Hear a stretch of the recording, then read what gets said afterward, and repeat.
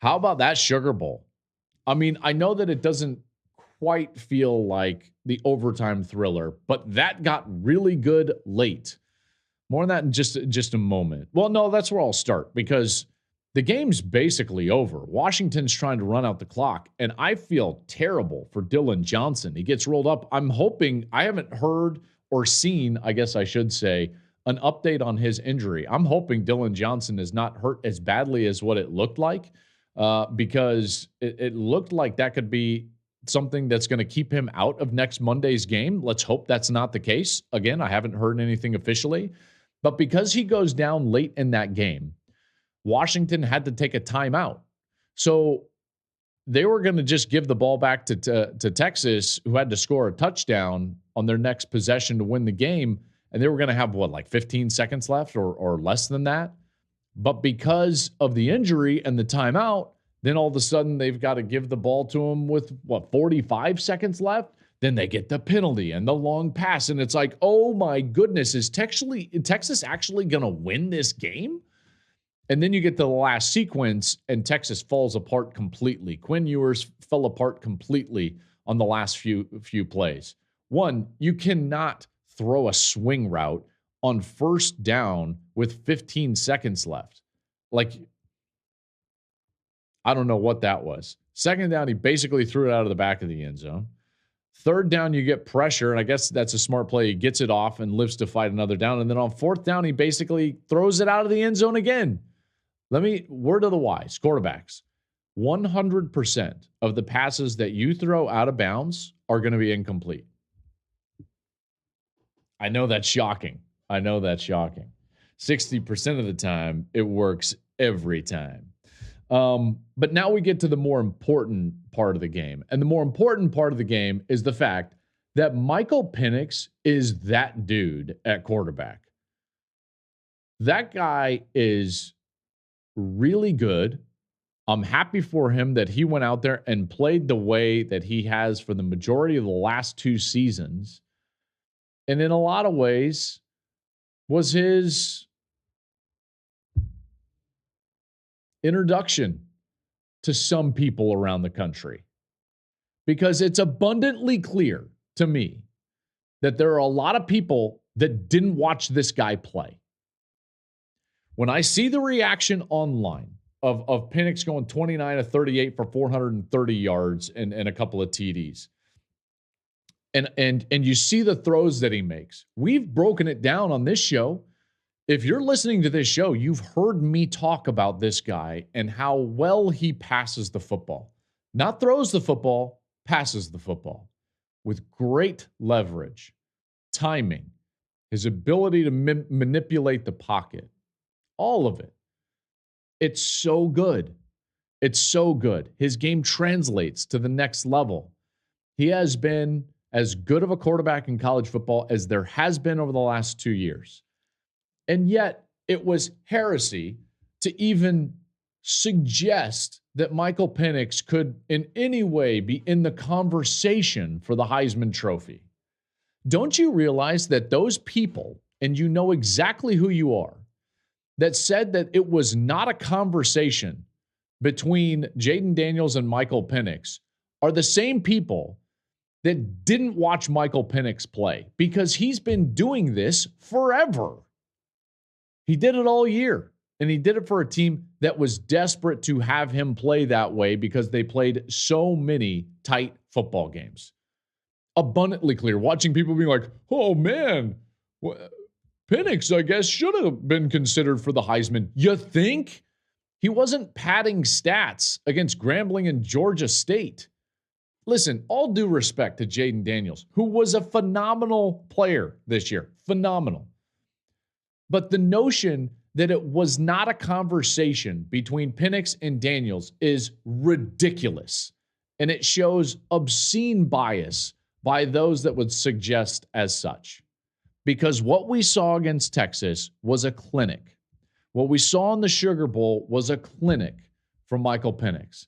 This guy can play, man. He can flat out spin the rock. He throws with great leverage. When I say leverage, by the way, let me explain what I mean about like great leverage. And I'm not just saying accuracy because the two are different.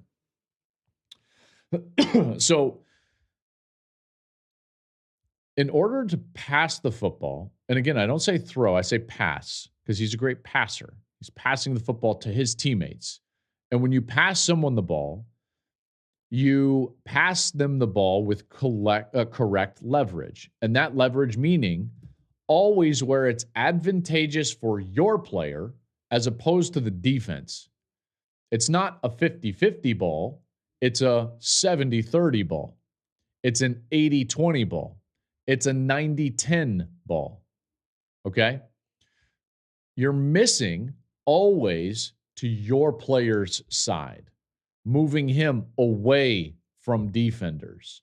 That's passing with leverage. Now, does it take extreme accuracy? Yes. So is he an accurate passer? Well, of course, there's no doubt, but it's even better than that because he's always putting his players in position to succeed. He's giving them better odds than other quarterbacks give their wide receivers. So basically, his wide receivers, who are excellent, by the way, excellent players, as good as there are in college football, their wide receiver room rivals any in the country, including Ohio State. Those two, I think, are the best wide receiver rooms in the country. And he takes that excellent core of wide receivers and allows them to basically sit at a blackjack table and play with the ability of counted cards, basically with the odds in their favor. Always, because he passes the ball with great leverage. His downfield accuracy is exquisite. His ability to avoid the rush, fantastic. He's more mobile than you would think. Now, he's granted had a couple of those knee injuries, and so he doesn't run quite as much as what he used to when he was at Indiana in particular. But he can do it, and he did it against Texas a few times on quarterback design runs.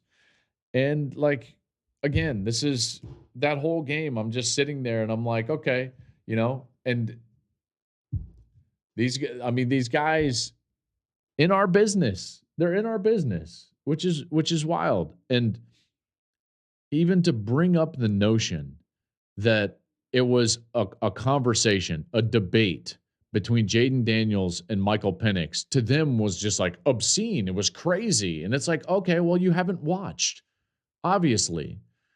And you saw some of that surprise from folks on Sugar Bowl night, if you want to call it that. Monday night. Just call it Monday night. The other thing that I thought Washington was the beneficiary of is that I thought Texas was too aggressive. Now, again, this is a double-edged sword because if you're aggressive and it works, then it's fantastic. And if you're aggressive and it doesn't work, then guess what? It's 2nd and 10. And it's essentially like creating a negative play. And so because of that, Texas was constantly chasing what I would call efficiency. They were chasing the ability to be on schedule. Their first 6 third downs of the game were all 3rd and 10 or longer. Partly because they kept trying to get creative, take shots, do little things here and there, which, at times didn't work. And now it's 2nd and 10. And then all of a sudden it's a run play and that gets stopped. And now it's 3rd and 10 or 3rd and 11 or 3rd and 12. Well, there's no rhythm to that. And you're not going to sustain that for any amount of time. And that brings up this whole notion of we knew Washington was going to score. The weakest part of Texas's team, really, and in particular their defense, is their passing defense. And Washington was going to, as I said on this show, score in the mid to upper 30s. Okay, so there was going to be an urgency for Texas to go out there and score a lot of points. Well, you're not going to score a lot of points when your first 6 third downs are all 3rd and 10 or longer. That's just too difficult. You can't sustain offense that way. You're not going to score with any efficiency that way. You're not going to score 40 points when you're constantly behind the chains. Then you combine that lack of efficiency with those 2 turnovers, and one of them points for Washington right away. The other, you feel like you're going to get points, and there's a fumble, and you're not going to overcome that. And I know that they made it a close game, and good for them. And Texas had an incredible year. But this Washington team, they force you into that mode where you've got to play with a lot of urgency because you know they're going to score a lot of points. And that would be, a point I would make about any great team, is that great teams force you to feel an uncomfortable amount of urgency. Michigan forces that on you, and I think Washington forces that on you. There's this urgency when you play Washington, and you're just like, man, we're going to have to score on most of our possessions. That's tough to do. Puts you under a lot of pressure and a lot of stress. Michigan, on the other hand, you get this sense like they create urgency because there's this threat that they're going to squeeze the life out of you. And so it's like, well, every opportunity we get, we have to take advantage of it because we don't know how many we're going to get. See, great teams force you into an uncomfortable amount of urgency. And that urgency creates stress. And then that stress creates missed assignments and lack of execution. That's why great teams generally win. And these two teams are great teams.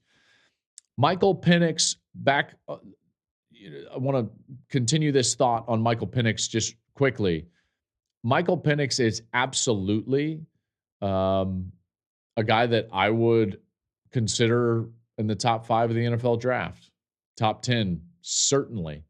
His medical might be an issue because of those injuries that he's had previously to his knees.